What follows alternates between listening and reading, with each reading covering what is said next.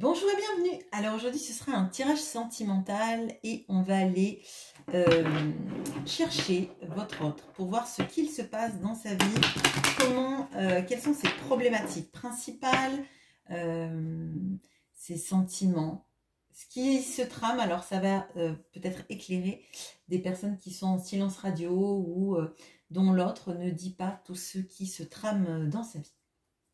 Donc on va le chercher. Bien évidemment, si vous aimez une femme, je vous laisse adapter. C'est un significateur que je cherche. J'utilise le pronom « il » parce qu'il est plus confortable, mais ça n'exclut absolument pas le fait d'aimer quelqu'un du même sexe que vous et d'aimer une femme. Allez, on cherche l'homme à la rose.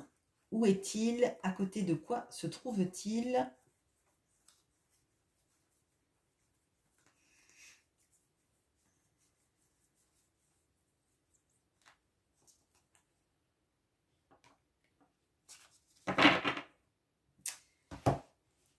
Alors, il est en train de regarder la faux. La faux qui indique la rupture, hein, une rupture. Il est totalement concentré sur cette rupture du passé. Alors, ça peut être un silence radio, ça peut être une rupture amoureuse, une rupture aussi dans le travail, dans des liens sociaux, etc. Ça peut être aussi, on pourrait avoir une notion de deuil s'il y avait eu le cercueil, il n'y est pas, néanmoins, ça peut être une rupture parce que quelqu'un n'est plus là, tout simplement, hein, mais on est concentré sur ça. Il peut s'agir aussi de plusieurs sortes de ruptures, une rupture sentimentale et rupture de communication. À côté de lui, il y a le chien qui symbolise la fidélité, l'amitié, qui est toujours là, mais il tourne le dos à ça. Donc là, pour moi, on a quelqu'un qui est tellement concentré sur cette rupture. Alors peut-être que c'est vis-à-vis de vous, peut-être que c'est une rupture qu'il aurait dû mettre en place et qu'il n'a pas mis en place. On va regarder ça avec le tarot et on va éclairer avec l'oracle d'Isawat. Il est tellement focalisé sur ça qu'il ne se focalise pas sur l'aide que pourraient lui apporter ses amis, et vous voyez d'ailleurs, c'est le chien qui demande à ce qu'on le sorte. Il prend sa laisse dans sa bouche et il regarde potentiellement ce personnage en lui disant « Viens, on va se divertir, on va sortir on va changer les idées. » Alors, ça pourrait signifier peut-être qu'on a quelqu'un qui est focalisé sur la rupture et qui n'accepte pas les mains tendues, qui s'isole, qui n'accepte pas aussi peut-être une main tendue. Peut-être qu'on a quelqu'un qui coupe la communication, qui est obnubilé par le fait de couper la communication et qui n'accepte pas quelque chose de plus simple, de plus facile. Par exemple, si on a quelqu'un par rapport à vous qui fait du silence radio, on pourrait imaginer qu'il est focalisé sur ce silence radio qu'il a mis en place, qu'il ne fait pas d'effort pour revenir, même si vous lui tendez la main pour essayer de revenir au contact. Ça peut être ça. Ça peut être aussi quelqu'un qui a rompu avec vous ou vous avez rompu avec lui. Ça va mal dans sa tête, il s'isole et il n'accepte pas autour de lui des personnes qui lui diraient viens de changer les idées, etc. On va regarder pour éclairer ça avec le tarot. Donc, qu'est-ce qui se passe dans sa vie de manière générale autour de lui actuellement?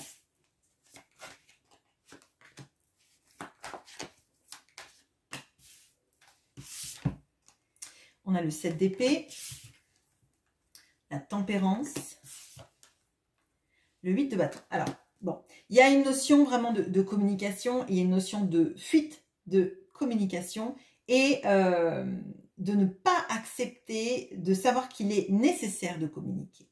Là, avec le 7 d'épée, on a la notion de fuite. Alors, soit c'est cet autre qui a fui la relation avec vous, par exemple, ça a provoqué une rupture amoureuse ou une rupture de communication, clairement. Soit il est dans un ressenti de vous l'avez quitté, vous avez coupé contact ou vous ne le voulez plus dans votre vie, il est focalisé sur ça. Il y a quelque chose quand même de l'entêtement, de la personne qui peut-être provoque les choses, mais a l'impression que c'est lui qui subit, vous voyez.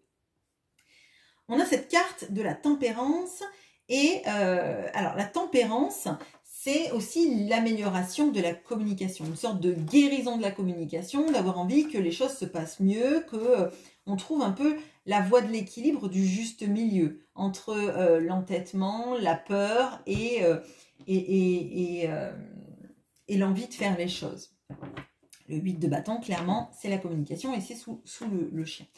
Là, moi, je sens plutôt quelqu'un qui se sent poussé à communiquer, mais qui lutte, parce que, alors, il y a une histoire peut-être d'orgueil. D'ailleurs, vous voyez, il y a le message là qui tombe.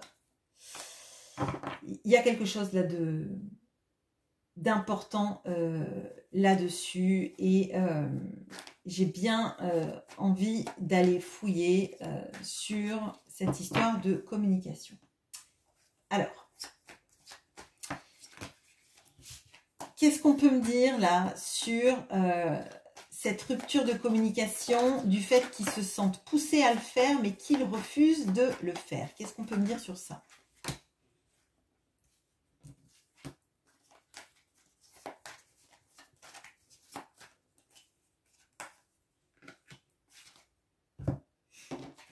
Alors, on a le schéma, on a le théâtre et on a la petite voix. Alors, ce que je ressens très clairement là, c'est qu'on a quelqu'un qui reproduit des schémas, qui fait toujours la même chose en termes de communication. Alors, potentiellement, là, vous pouvez avoir quelqu'un qui fait des allers-retours et des on-off, des grosses périodes dans lesquelles vous n'avez pas de nouvelles, et puis quelqu'un qui revient et qui repart, et qui revient et qui repart, et c'est sans arrêt, et potentiellement, là, il est possible que vous en ayez eu marre, que vous ayez coupé complètement avec ça, et que c'est pour ça qu'il est bloqué, parce que c'est vous qui avez pris peut-être l'initiative, et il a l'impression que c'est vous qui le fuyez, qui ne le voulez plus, etc.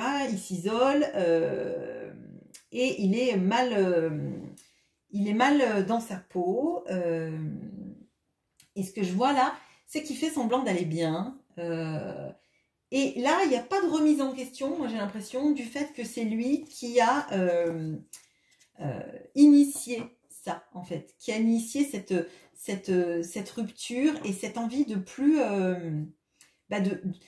moi j'ai l'impression que vous avez voulu sortir d'un schéma infernal, en fait, d'avoir des espoirs et d'être déçu derrière, d'avoir l'impression d'avoir quelqu'un en face qui est sans arrêt en train de fuir, jouer la fille de l'air, quoi, j'ai l'impression, enfin, c'est vraiment l'impression que j'ai. Et pour autant, cette personne, elle a la petite voix qui lui parle et qui lui dit que c'est le moment de communiquer, qu'il faut y aller. Vous voyez cette sorte de... Alors, quand je vous dis, c'est peut-être un ami qui lui demande de sortir. Si ça se trouve, c'est même pas un ami. Si ça se trouve, c'est alors ce qu'on pourrait apparenter à un guide, un ange gardien, une conscience intérieure, quelque chose comme ça. Parce que malgré tout, je le ressens comme ça, comme une urgence à communiquer et à se sortir de ces schémas. Alors, le yearling, c'est, vous voyez, c'est le jeune cheval. C'est le cheval fougueux qui est entre le poulain et les talons. Hein. C'est, je dois profiter de ma vie, de courir dans le champ, et je m'en fiche si derrière je me prends la barrière. Et pour moi, là, la petite voix, c'est le chien et le 8 de bâton, c'est quelque chose de supérieur qui lui disent, mais oh, va falloir arrêter d'être dans des logiques de fuite, je ne tire profit que des choses qui me font du bien, et tout le reste, je ne m'encombre pas de cela. Dès qu'une conversation me titille trop, j'esquive, je fuis, je pars en galop pendant le pré. Il y a vraiment de ça, et c'est assez flagrant là. Et surtout, avec cette tempérance, j'ai l'impression que c'est comme si on l'amenait à guérir et à changer de comportement, mais il freine des cas de fer, quoi. Oh, mais je suis encore un yearling, j'ai envie encore de courir dans le pré et de profiter de ma vie de célibataire, enfin célibataire, vous adapterez, mais vous voyez, c'est dans ces énergies-là de pas d'engagement, de profiter, d'être un petit peu, d'être un cheval sauvage, quoi, vous voyez. Donc, indomptable, et au rodéo, on ne gagne pas sur ce genre de chevaux. Alors, je vais bouger un peu tout ça. On va aller regarder maintenant c'est où sont ses rêves, ses aspirations. Donc là, je vais chercher l'étoile.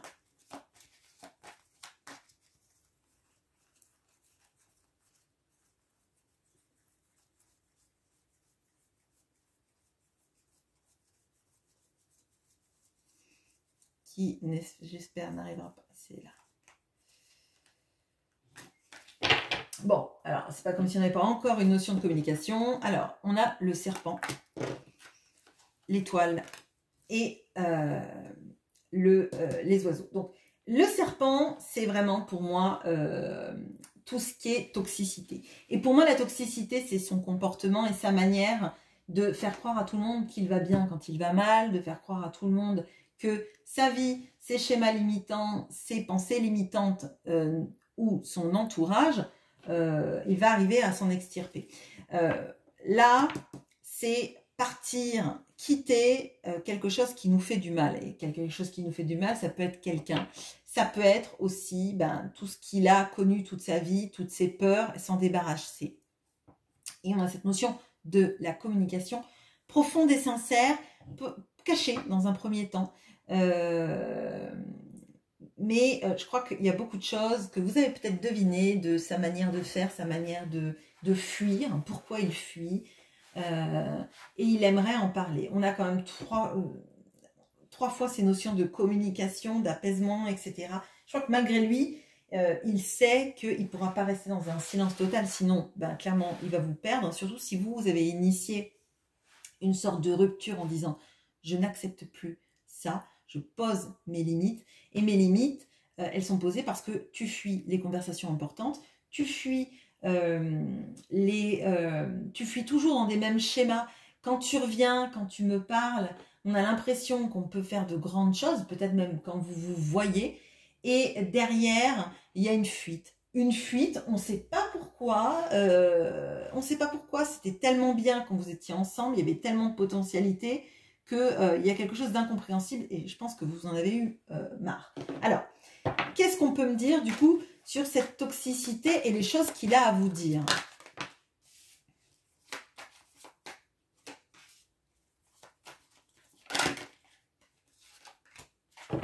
Bon.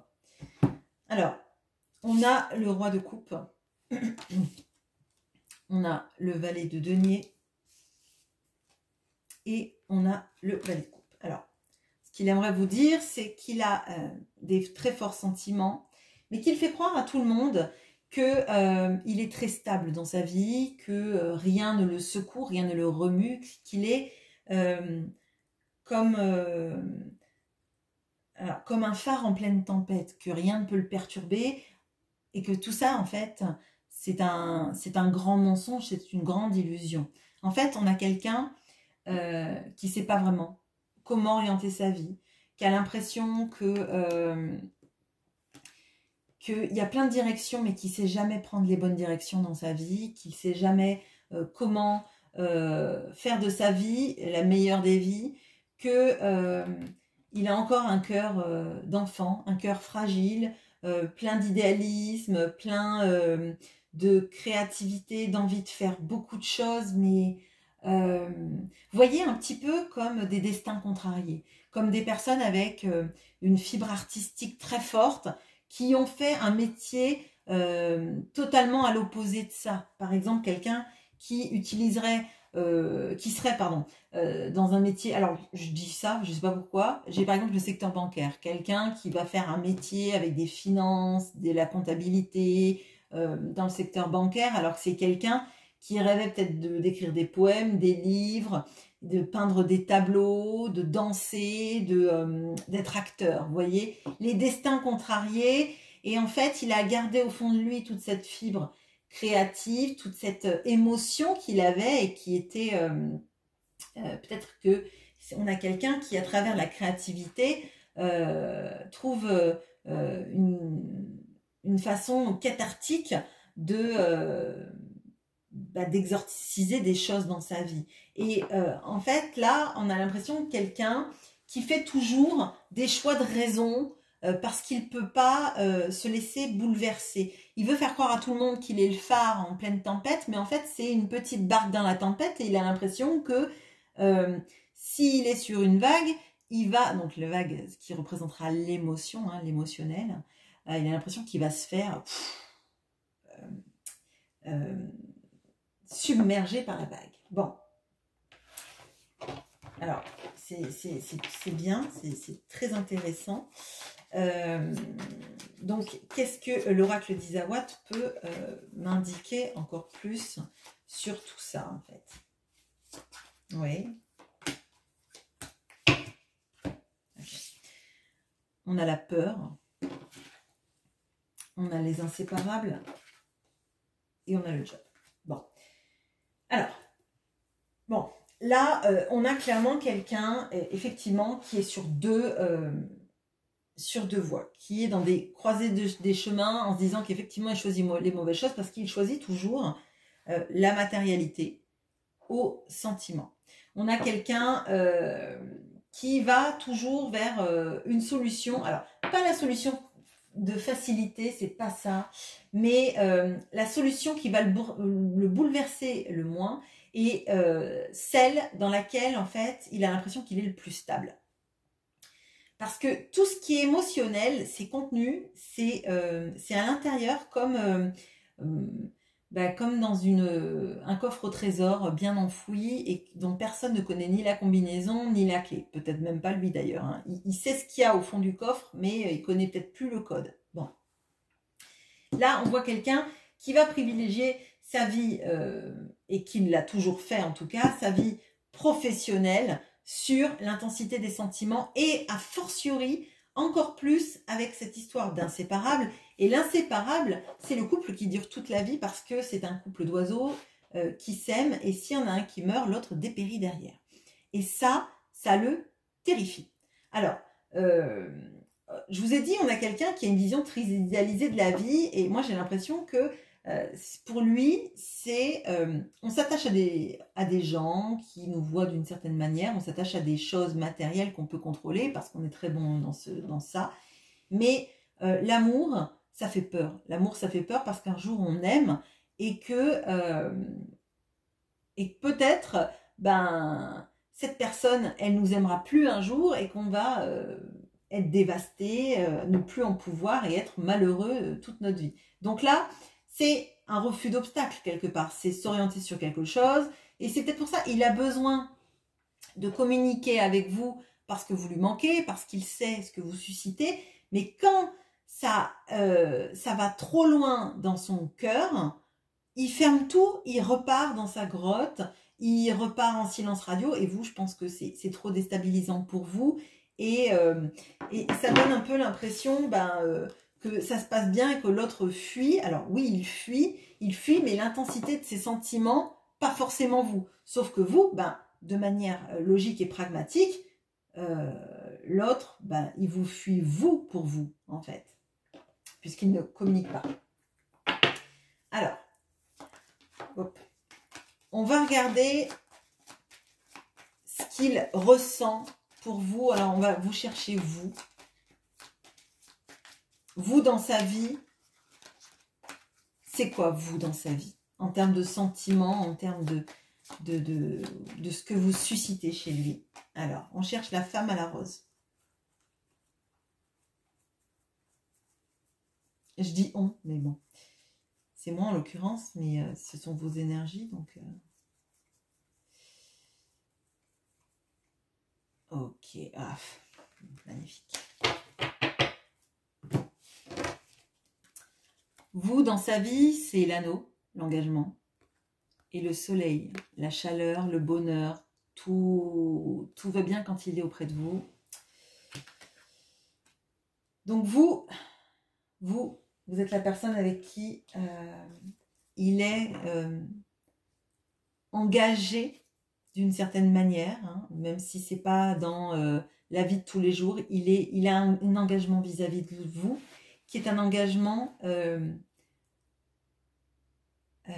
j'allais dire éternel. Il y a quelque chose sur le fait que quand il est avec vous, il se sent bien, il se sent heureux, il se sent réconforté et dans une sorte de, j'allais dire, de chaleur. Mais c'est comme si en fait il venait se réchauffer à votre soleil, que vous étiez le soleil et que c'est auprès de vous qu'il se sent bien, qu'il se sent vivant, je dirais. Il doit y avoir aussi beaucoup de passion. Mais avec cet anneau, on a vraiment cette notion-là d'un engagement émotionnel. Hein, en fait, je crois qu'il sait au fond de vous que vous êtes la femme de sa vie, mais pour l'acter, c'est beaucoup plus compliqué. On va voir avec les tarots ce qu'on peut me dire de plus sur ce qu'il ressent pour vous.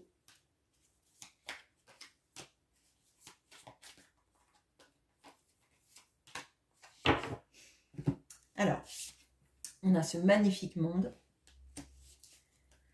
On a le 2 de bâton. Et on a le 7 de bâton. Bon, alors, on a une carte magnifique qui est le monde, qui est l'arcane majeur du fait de se sentir avec quelqu'un à la maison, partout où on aille, partout où on est. Quelqu'un qui nous fait nous sentir libres et vivants. Un peu citoyen du monde, hein. On est chez nous partout parce que partout c'est notre maison à partir du moment où on est ensemble. Et il y a quelque chose de la liberté aussi potentiellement que vous lui permettez d'exprimer et de vivre. Cependant, on voit qu'il y a un gros problème de communication entre vous. En fait, c'est comme si chaque fois que vous essayez de parler, il y avait des quiproquos, il y avait des non-dits et peut-être qu'il dit des choses,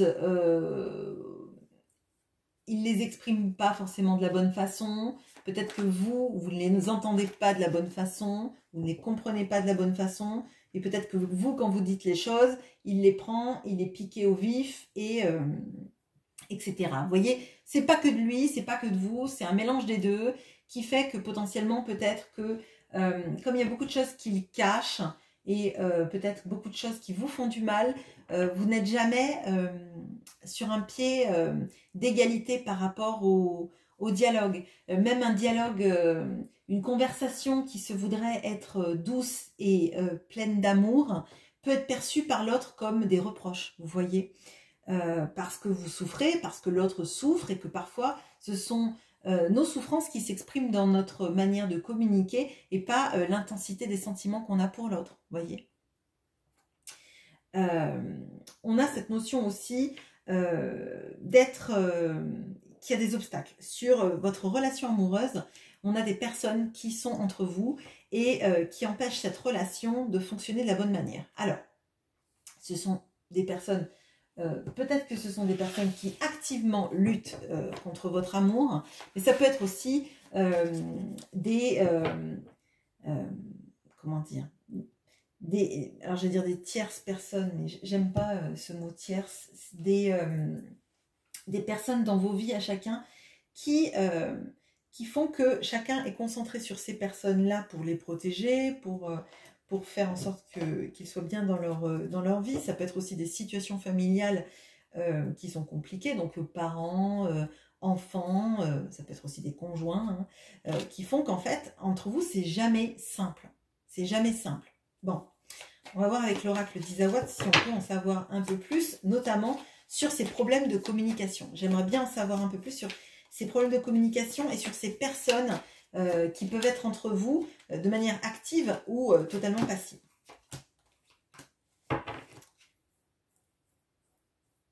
Okay. Il y a une histoire de secret entre vous. Alors, on a la bonne fée, on a le hibou et on a le narcisse. Bon, on a 2 fois hein, les chouettes et les hiboux. Alors, je sais qu'ils reviennent souvent, mais dans des guidances, ça revient pour certaines personnes que j'ai, notamment en consultation privée. Ça vient régulièrement, les hiboux et les chouettes. Et il y a quelque chose là-dessus de... en fait, c'est comme si votre relation n'était pas visible au monde. Et qu'en fait, moi je crois que là, vous souffrez de ça, du fait qu'il n'y ait pas d'officialisation, en tout cas du couple.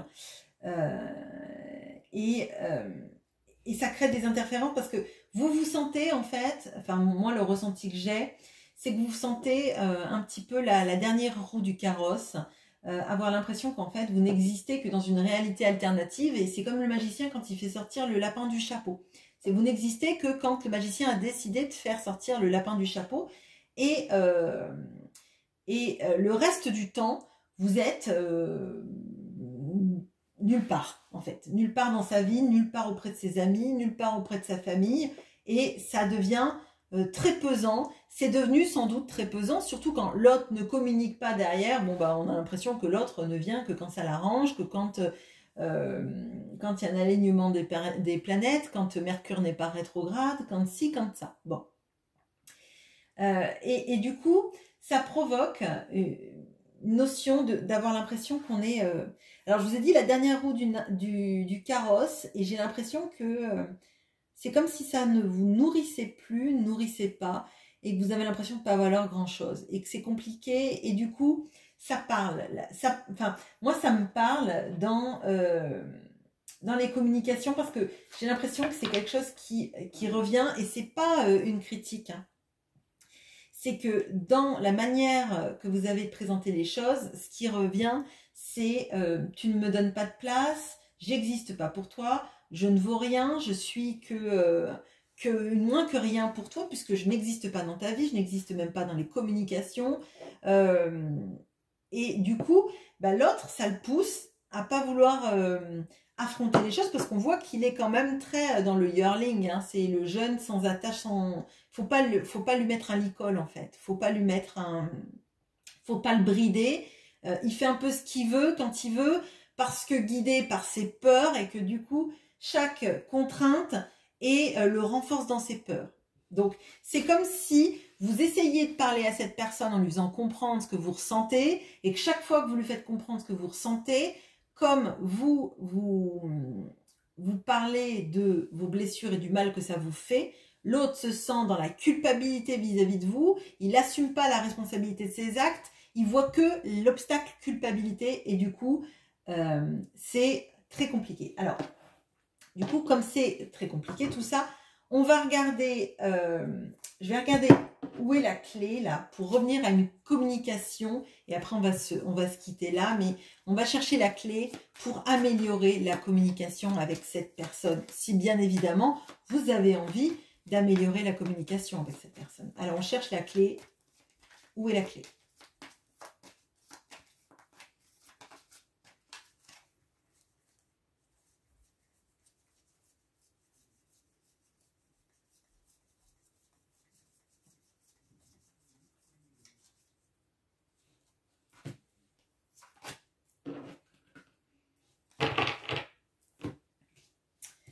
Alors, la clé, elle est avec l'arbre et elle est avec l'encre. Alors, la clé, ça va être, je dirais, un moite-moite. La clé, ça va être de guérir certaines blessures, mais il y a vraiment une notion d'ancrage. Je crois que tous les deux, il va falloir qu'il y ait des blessures qui soient guéries, qu'il y ait un alignement qui soit fait entre ce que vous désirez, ce que vous avez, et votre travail à vous, votre part là-dedans. Accepter qu'il y a quelque chose chez vous que vous devez guérir pour permettre à la relation d'être plus fluide, et peut-être de moins laisser s'exprimer ces blessures quand vous êtes en conversation ensemble. Et il faut que cet autre arrive à s'ancrer dans, alors j'allais dire, dans des routines de communication. Là, on a quelqu'un, on l'a vu, qui est un petit peu le cheval sauvage sans attache. Ça ne veut pas dire qu'on n'a pas quelqu'un qui est marié, etc., mais qui veut faire les choses comme il a envie de faire, de la manière dont il a envie de le faire, etc., qui veut pas, je vous ai dit, qu'on lui mette de bride, de licol en l'occurrence, qui n'a pas envie qu'on l'attache, qu'on le mène au manège, qu'on lui apprenne des choses, il a envie de courir comme il veut dans le pré, et pas qu'on le cantonne à des choses. Et cependant, c'est ce qu'il va devoir faire. Il va devoir, à un moment donné, accepter que s'engager dans une communication régulière, s'engager dans le fait de parler des choses, s'engager dans une vraie routine de communication et dans une vraie routine de je donne des nouvelles régulièrement, je prends des nouvelles régulièrement, je me souviens des dates d'anniversaire, je fais des choses, il y a quelque chose là-dedans d'accepter de ne pas être toujours dans la fuite, dans le yo-yo en fait, de son côté. De votre côté, je vous l'ai dit, il y a quand même quelque chose à guérir, hein, donc si pour vous tout le travail a été fait, c'est parfait. Moi je pense qu'on travaille toute notre vie sur nos blessures, nos libérations de mémoire, les choses qui nous titillent de toute façon. Quand les choses nous font du mal et nous font réagir, c'est qu'il y a toujours de la prise sur nous parce qu'on est vivant et qu'on n'est pas des robots. Mais je crois que là, on l'a vu, il y a un mode protection qui est chez vous et c'est bien normal. Et on l'a tous, hein, c'est pour vous déculpabiliser totalement, on est tous dans ces modes de protection. Mais je crois que quand dans une communication, l'autre, quand il revient, je vous dis pas de lui mettre le tapis rouge, mais si à chaque fois il se prend bah oui, c'est bon, tu vas repartir et tu vas plus me parler, etc. Ça donne pas envie de revenir et ça donne envie à personne de revenir. Et lui, s'il montre pas que quand il part, vous savez jamais si ça va durer 1 mois, 2 mois, 3 mois, 6 mois, 1 an de silence radio, ça vous met en insécurité totale. Donc là, il y a quelque chose sur lui à travailler, de s'ancrer dans la relation et d'avoir quelque chose de... vraiment de l'ancrage dans la communication et de faire des choses de manière répétée pour vous sécuriser d'une certaine manière. Et vous, il y a une sorte d'ancrage dans la fouille des blessures et de savoir ce qui vous fait titiller, ce qui vous fait partir en live, ce dont vous sentez que vous avez besoin et de ce dont vous avez envie, et ce qui vous sécurise, ce qui ne vous sécurise pas, ce que vous acceptez dans la relation comme contrepartie, comme limitation, ce que vous ne voulez plus effectivement, mais il y a quelque chose à travailler de votre côté également. Voilà, j'espère que ce tirage vous aura éclairé et qu'il vous aura plu. Pardon. N'hésitez pas à me laisser des commentaires pour me dire ce que vous en avez pensé. Et je vous souhaite une très bonne journée. À bientôt.